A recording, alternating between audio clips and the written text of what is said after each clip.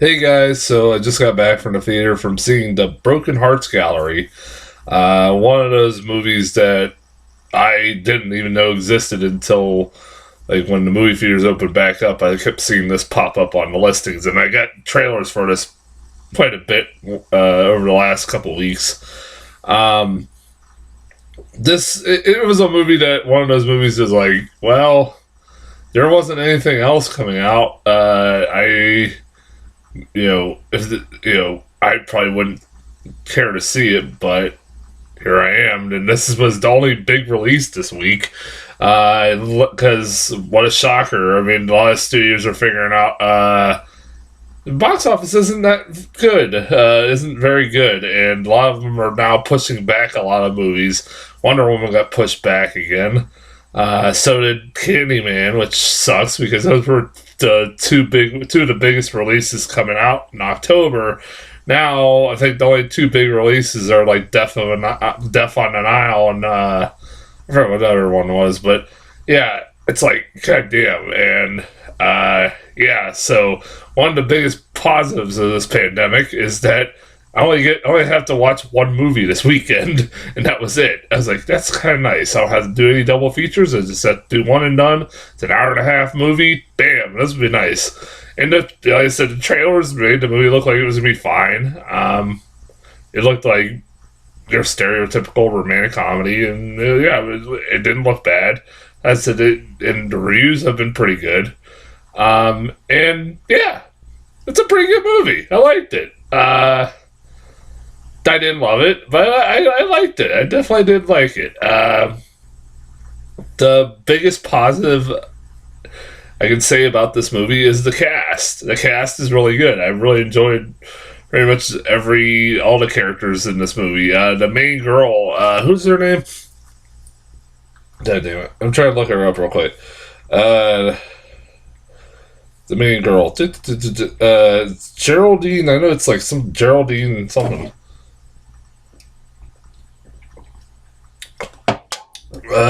Geraldine. I'm not gonna say her last name, but she was the girl who was the daughter of John Cena in that movie Blockers. And I like at first I kept seeing her like I know I've seen her in something. I say I can't remember what, and I'm like, and I looked it up. I'm like, oh yeah, she was in Blockers as John Cena's daughter, and she was really good in that. She's really good in this movie. She is really funny and really charming and really like a likable character who goes for this breakup, and she has this obsession with keeping things from her exes and is like a memory of like all her exes, and she collects them throughout the years. Even though they actually give you an explanation as to why she does it. It's not just because of her exes. I'm not going to spoil it. I kind of like that. They kind of gave it a little bit more kind of a little bit more reasonable answer, other than that she's just like maybe just a psychotic, crazy girl that just collects memorabilia from her exes. There is actually a reason they give behind it, so I won't spoil it, but it's towards the end. But she's a likable, relatable character. I've really enjoyed her. Like she was really. This was one of those breakout movies for her. Like I really really enjoyed her in this movie. I thought she was funny as hell. The guy who was her love interest was charming. He was very charming and pretty good. I don't know if I've ever seen him in anything before, but he was a pretty good actor, and he was pretty good in this. And their chemistry was really good.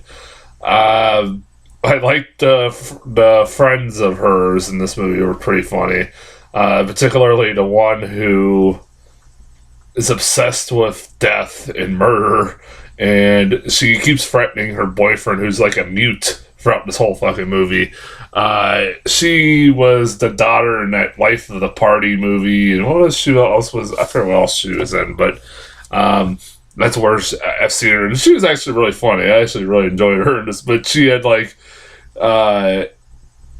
she was the eccentric best friend where, like I said, yeah, she is obsessed with murder, and she teased and threatened her boyfriend who's a mute, who like he doesn't say 2 words throughout this movie until like the very end, of course.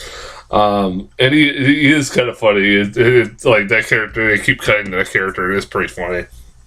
Her other friend is like this lesbian who is like always like breaking up with women all the time. That's pretty much her characteristic, and she's like, their chemistry between all three of the girls are really, really good. I'm trying to think else. This movie is like one of those movies that it follows all romantic comedy tropes. Everything that you could see, everything coming a mile away. Although at the same time, while I say that, this movie I felt like went on a little longer than it needed to be. It's only an hour and 50 minutes, but parts of this movie, like about an hour into this movie, I felt like this movie was ending because like there was like an hour into this movie, they do the third act breakup because that or the third act breakup that happens in every romantic comedy, and this movie does that like an hour into the movie, like in the middle of the movie, it does that, and I'm like, oh well, this is happening now, so this movie's got to be over pretty quick, and I'm like, oh, there's still like 50 minutes left, and that third act, or that middle act breakup is pretty resolved pretty quickly, and then the movie continues to go on and on and on. I'm like, I don't know why this movie's still going, but okay. But then there's another third act. Then there is a third act breakup that happens in the movie. I'm like, so there's 2 breakups in this movie. I'm like, oh, that's great. It's like that's kind of annoying, but I was like, you have to expect that kind of trope in a romantic comedy. I'm not surprised. Like I said, I like that they give like an explanation behind why she collects these things, and towards the end of the movie they give a little bit more of a explanation behind that. I like that. I'm trying to, there's something else I want to talk about. I forget. I can't remember off the top of my head, but this is not a movie I have much to talk about because it's an alright movie. It's pretty good. I recommend it. Like I said, there's out of the movies out right now, it's probably one of the better ones. I would recommend. Honestly, I probably some ways like it better than Tenet. I know that's like sacrilege to say that, but fuck it. Man, it's like the more I think about the movie Tenet over the last week, I kind of dislike that movie more and more. I don't hate it, but it's just like a movie is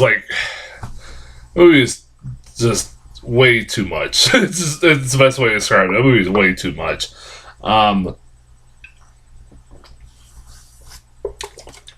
This movie was simple, fine, and exactly what I expected, so I have no problem with it.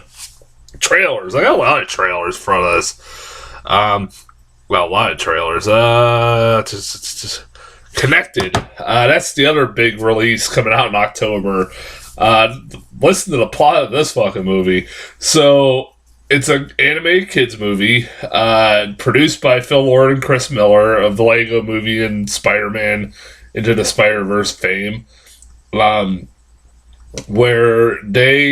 a movie about a girl, a teenage girl's about to go off to college, and she can't wait to get away from her family, and she thinks her family's gonna fly her to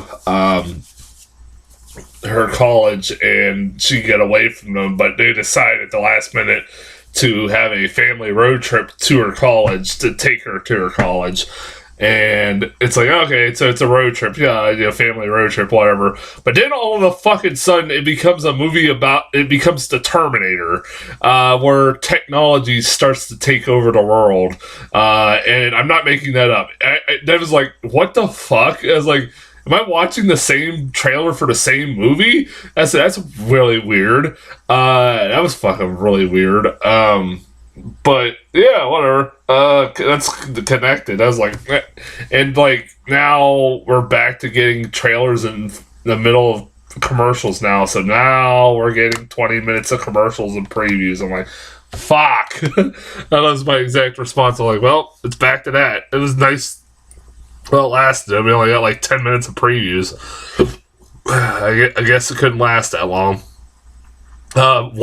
Ironically, I got the new trailer for Wonder Woman 1984. Now that's not coming out in October. It's coming out in December. Yeah, this was a full length trailer that I didn't get to see in front of Tenet, but I get to finally see it now.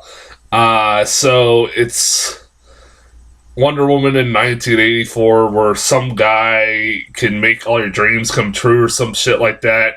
All powerful guy, and I guess he's able to make Chris Pine come back from the dead or something like that. That's what I got out of it. Still don't understand how the hell he's back in this movie, but okay.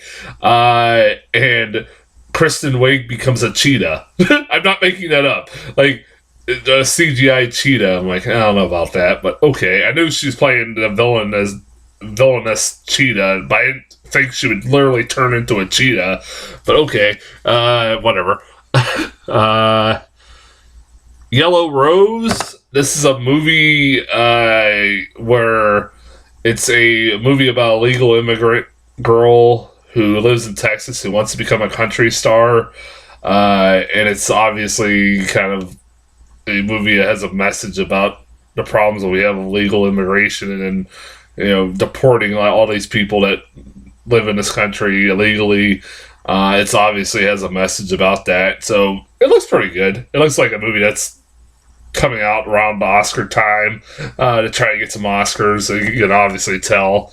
And then I got something called The Climb, which is like this comedy about. It starts out with his two buddies are riding their bikes up a hill, and his one buddy's telling him about how he loves this woman and he's about to marry his girlfriend and all stuff like that. And his other buddy turns to him and said, "Oh, I'm sorry to tell you, but I slept with her already." And they started she ends up going with the one friend, and the other friend ends up getting life ends up in the shambles or something like that. It's like a buddy comedy, an unconventional buddy comedy, I guess. I don't know. It looked like your indie comedy, if ever like an indie comedy by some guy just trying to make a breakthrough in Hollywood, but it looked alright. It didn't look that bad. That's as far as trailers. Next week, only thing I know we get is Infidel.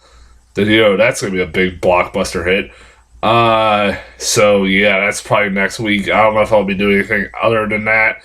But until then, I'll talk to you guys later.